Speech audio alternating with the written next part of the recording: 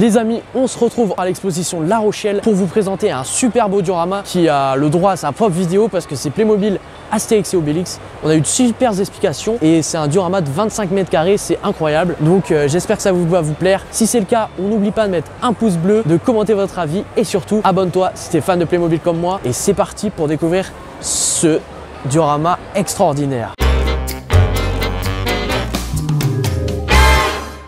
Les amis, on est en plein d'infiltration là carrément. Bonjour Philippe, Monsieur Playmo, enchanté. Enchanté. Du coup vous avez fait cet énorme diorama sur Astérix et Obélix. Ouais, c'est pas un énorme diorama, c'est un beau diorama. Ah, moi je le trouve vraiment bien. Ouais, non mais il est pas énorme. On est spécialisé normalement dans la Deuxième Guerre mondiale et la Première Guerre mondiale. Ok. Et nous on fait des expositions plutôt 60 mètres carrés. La plus grosse qu'on ait faite pour l'instant c'était Saumur, 300 mètres carrés. Ok. Que sur le thème de la Deuxième Guerre mondiale et la Première Guerre mondiale.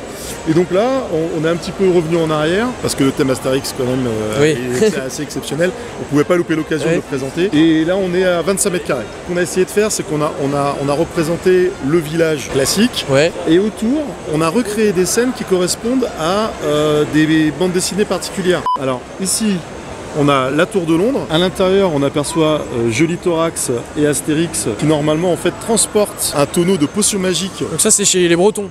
Voilà, on est Astérix chez les Bretons, on voit... Et donc ça je me permets, c'est le calendrier de l'Avent. T'as toute la scène, t'as la tour de Londres où Astérix est emprisonné, on voit qu'il va s'évader par une petite fenêtre. Et donc là customisé non? Ah non, pas. Non, là il n'y a pas de custom, il y a très peu de custom. Là on va retrouver un custom ici. C'est qu'il fallait un décurion en custom, donc en fait je l'ai démembré et je lui ai changé juste les épaulettes pour lui donner un côté un peu plus gradé, parce qu'ils n'ont pas fait de sous-officier entre guillemets dans la gamme.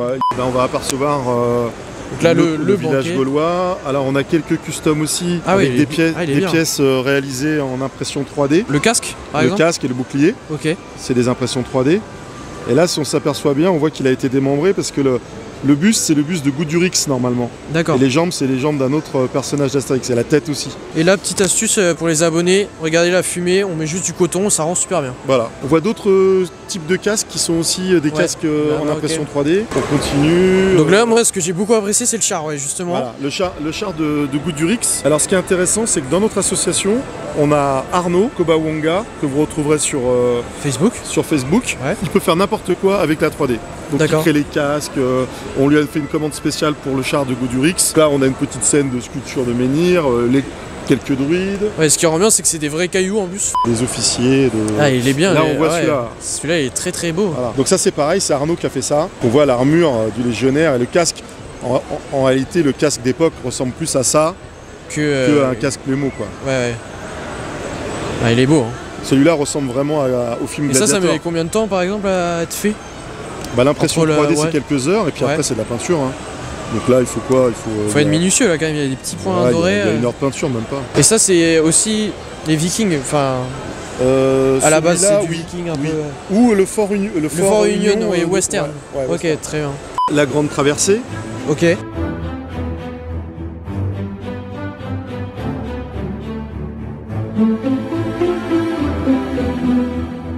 Que par extension, on pourrait très bien avoir Astérix et Obélix chez les Papous. Ouais, parce que ça c'est une collection assez rare, qui se fait assez rare. Ça date de 1999. Ouais, et très bien réussi et ouais, c'est une des plus belles, c'est une très belle boîte. Ouais. C'est deux boîtes, et ça ce sont des figurines qui sont extrêmement recherchées. Et ici, tout ça c'est entièrement customisé. Alors ça c'est fabuleux, hein, je trouve.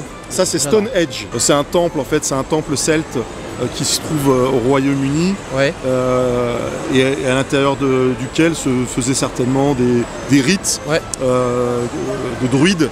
Donc, voilà, donc là on les voit. Voilà, on les voit. Alors tous les druides sont customisés. Le druide du cerf blanc, alors lui, le roi des druides. Il est très beau, hein. Très très sympa. Un druide écossais. Ok. Ici on a aussi un druide écossais mais d'une autre tribu. Ok. Et ça c'est à la base tous Panoramix. Enfin... Beaucoup. Ok. Ouais, effectivement, les bras c'est Panoramix. Ah, il y en a c'est des Romains aussi. Enfin... Là on voit un druide encore avec les bras de Panoramix. Ok. On a un druide qui a un petit peu trop abusé de la potion magique. Alors ça c'est réalisé en polystyrène extrudé. Ouais, ok. Donc en fait j'utilise une machine qui me permet... C'est collé là, on est d'accord. Ah ouais, tout est collé. C'est une machine qui permet d'avoir des coupes qui sont parfaites.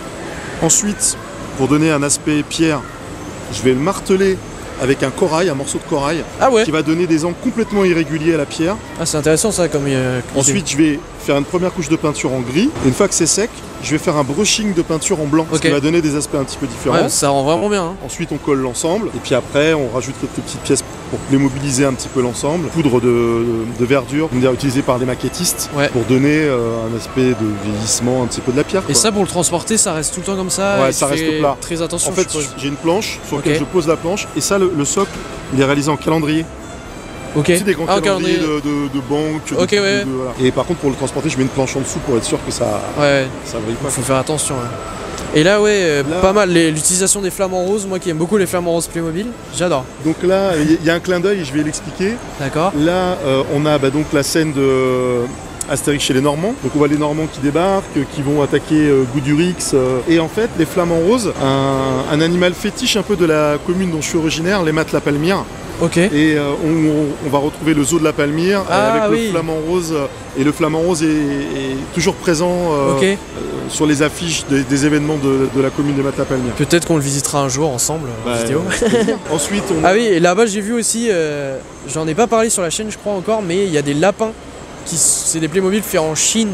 Enfin, à la base. Ah, je sais pas où ils ont été faits à l'époque, mais le thème lapin n'existe plus. Ouais, il n'existe plus, donc c'est assez rare. Voilà. Ils sont recherchés. J'en avais.